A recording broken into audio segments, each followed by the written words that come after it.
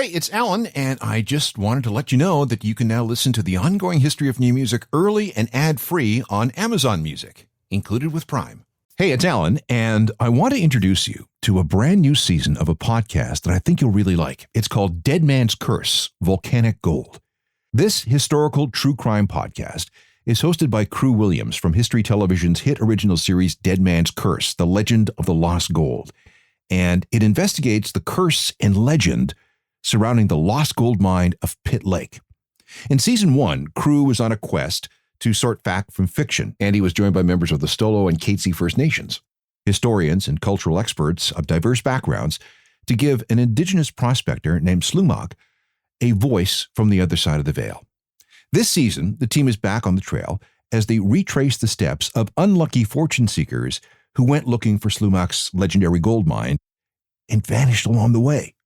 It's a journey through Canada's Wild West and beyond, a gold-fevered expedition through time itself and directly into the heart of a curse. In the episode that you're about to hear, we travel to 1931 and follow the efforts of a search party fighting through a blizzard in BC's glacier country, looking for a missing prospector who was well into his 80s and was as wild as the wind itself. His ability to sniff out gold made him one of the best ever to play the game. His name was Volcanic Brown, and he was on the hunt for a motherlode, rumored to be worth billions.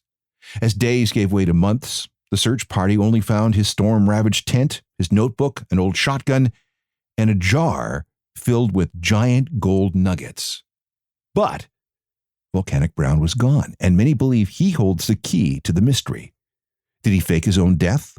Was he murdered? Or was he the latest victim of the Deadman's Curse? Find out on Episode 1 of Deadman's Curse, Volcanic Brown. The podcast you're about to hear includes the story of a Katzie man named Slumach. Members of the Katzie First Nation have been instrumental in us telling this story properly. We acknowledge that the story of Slumach originates from the ancestral lands of the Katzie people.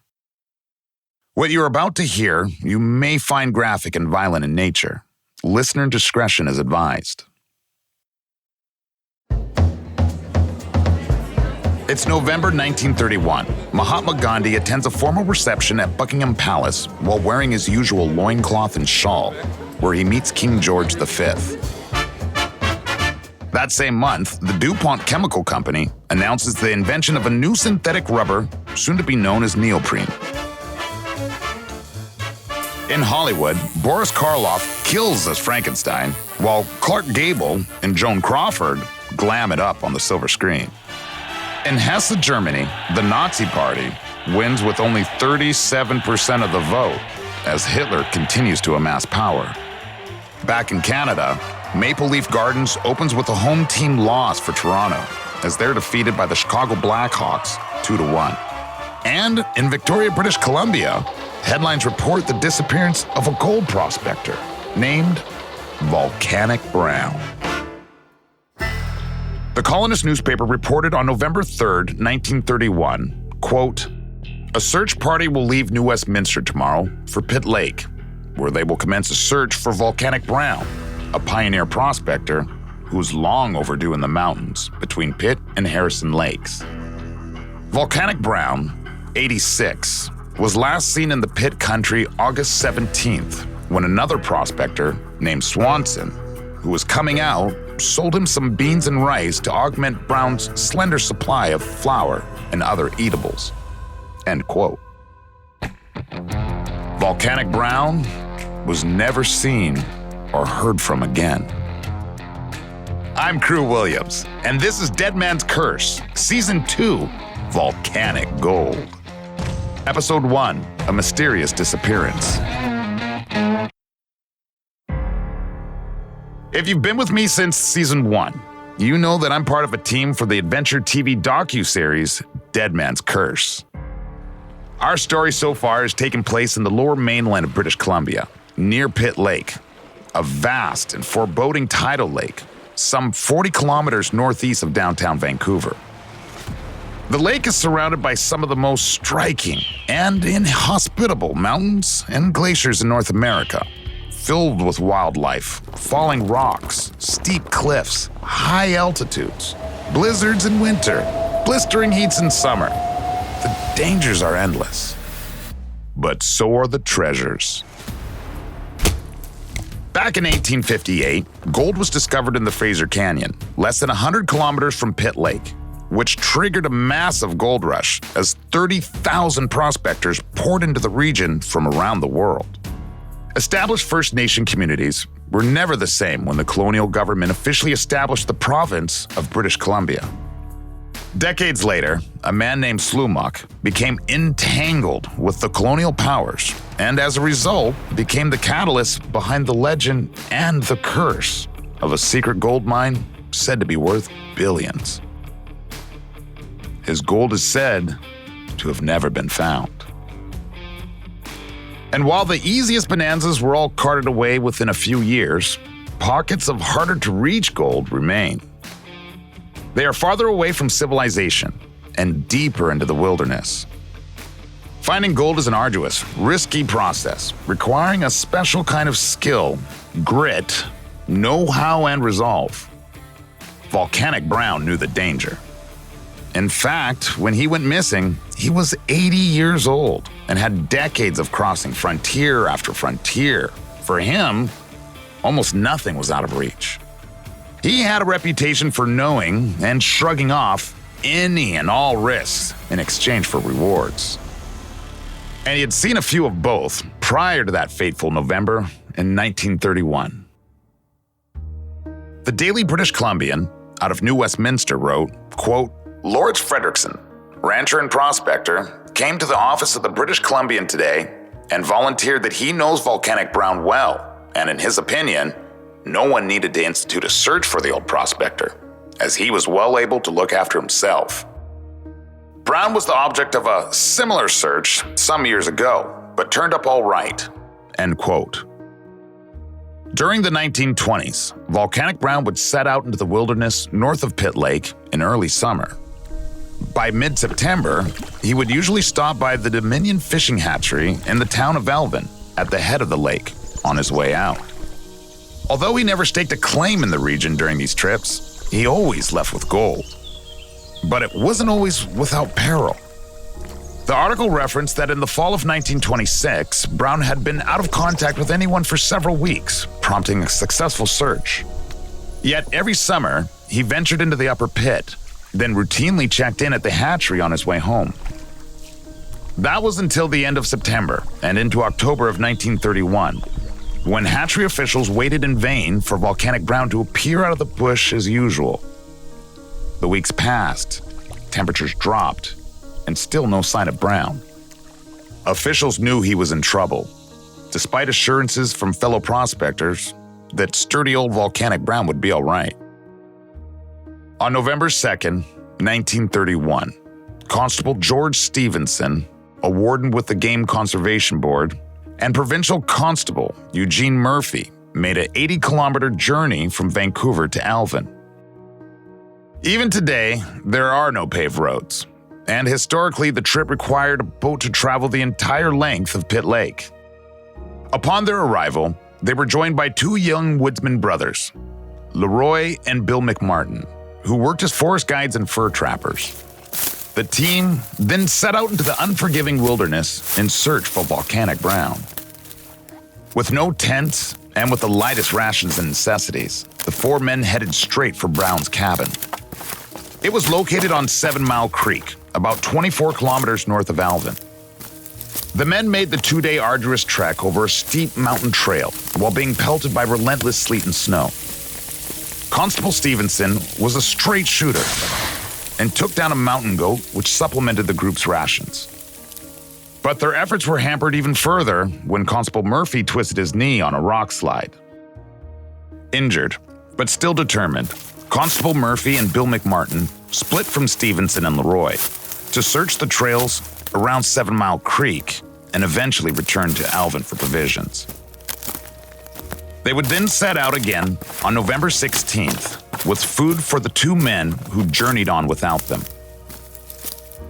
Meanwhile, Constable Stevenson and Leroy McMartin traveled a distance of some 40 kilometers down the Stave Glacier Trail over to Harrison Lake. Constable Stevenson would later comment that their progress was incredibly slow, averaging 3 or 4 miles a day, with snowpack up to their knees in blinding conditions. To reach Stave Glacier, they had to take an indirect path over a mountain, climbing a 2,000-foot slope over the course of 2 days. The pair set up camp without tents, but barely slept through the night, because someone had to make sure the fires didn't burn out, or they would have likely frozen to death. As they progressed, they often fired signal gunshots in hopes that Brown, possibly snowed in nearby, would hear them and respond. The silence was deafening. Constable Stevenson would say later that, quote, "Everything was as still as the dead."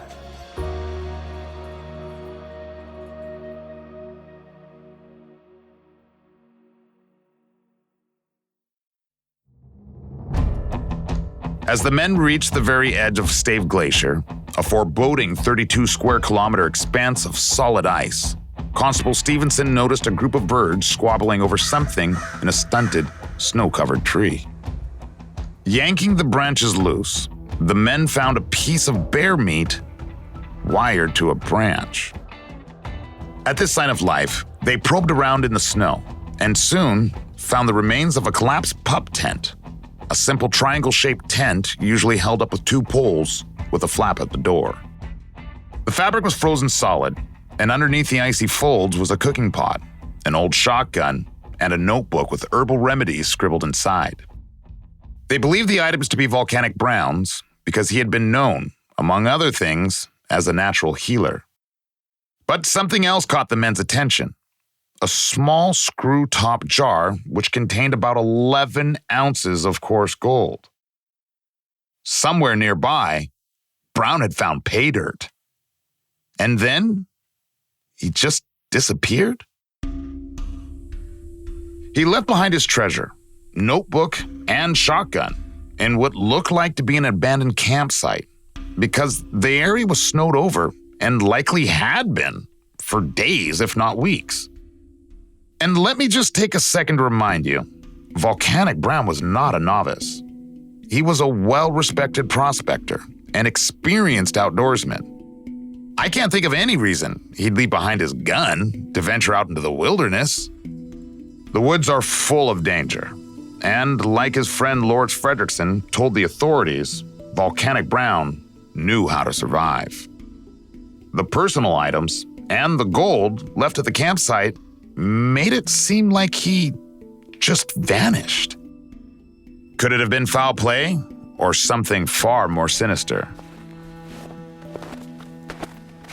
From their camp, Constable Stevenson and Leroy ventured into Stave Glacier daily, testing their tenuous path ahead with long poles as they searched the main crevasses for any sign of Brown. After a while, though, the blizzard became so intense that the pair were holed up for 3 days while the wind and snow whipped mercilessly around them. They continued to fire their rifles, hoping Brown would respond.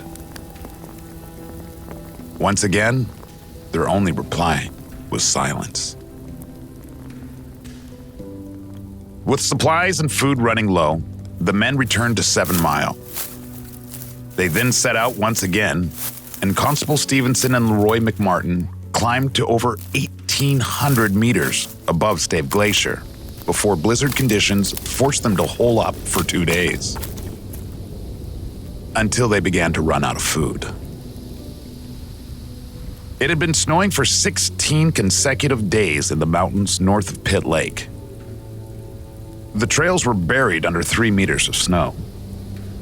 For 14 days, Volcanic Brown's would-be rescuers trudged through the upper pit and explored the serpentine 7 Mile and Kennedy Creeks.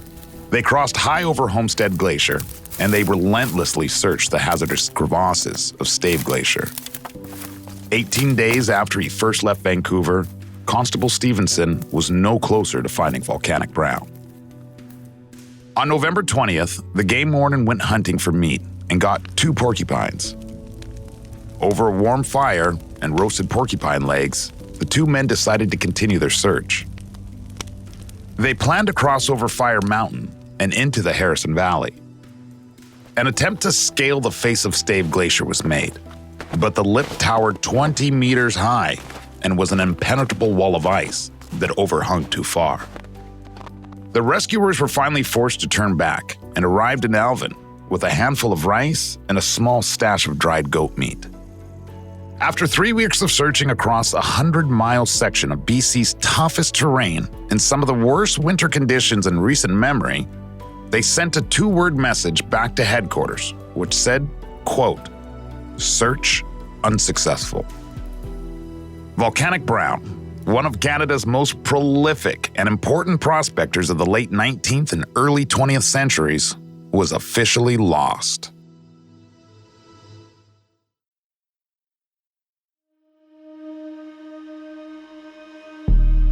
A week later, on November 27, 1931, several newspapers published a short item with the headline, "Hope Abandoned for 3 in Blizzard."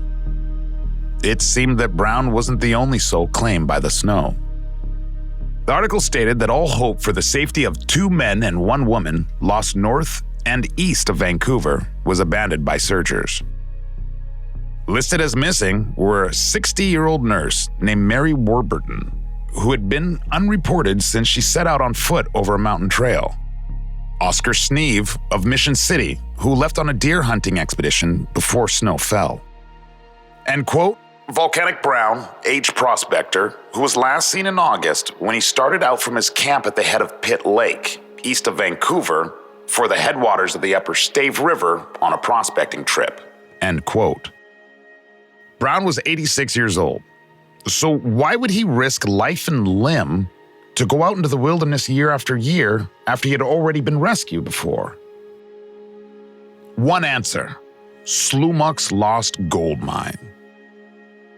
Remember, the legend said Slumach set a curse on his hidden treasure, and as a warning, he said Nika memlus mine memlus, which, as you know, loosely translated from Chinook, means when I die, the mine dies. Volcanic Brown found gold and then was never seen again. It seems to always come back to the gold. And if you've ever gotten gold fever, you know what Volcanic Brown was going through, especially when you're on the gold. I've been in this land. I've walked these glaciers. I've crossed these mountains. I've walked in the same footsteps that he has before he disappeared. It was tough. It breaks you down out there. Getting from point A to point B ain't as easy as you think. And to do it in your 80s? I don't know how he did it, but he definitely did. We came across some of the deposits that he was talking about finding.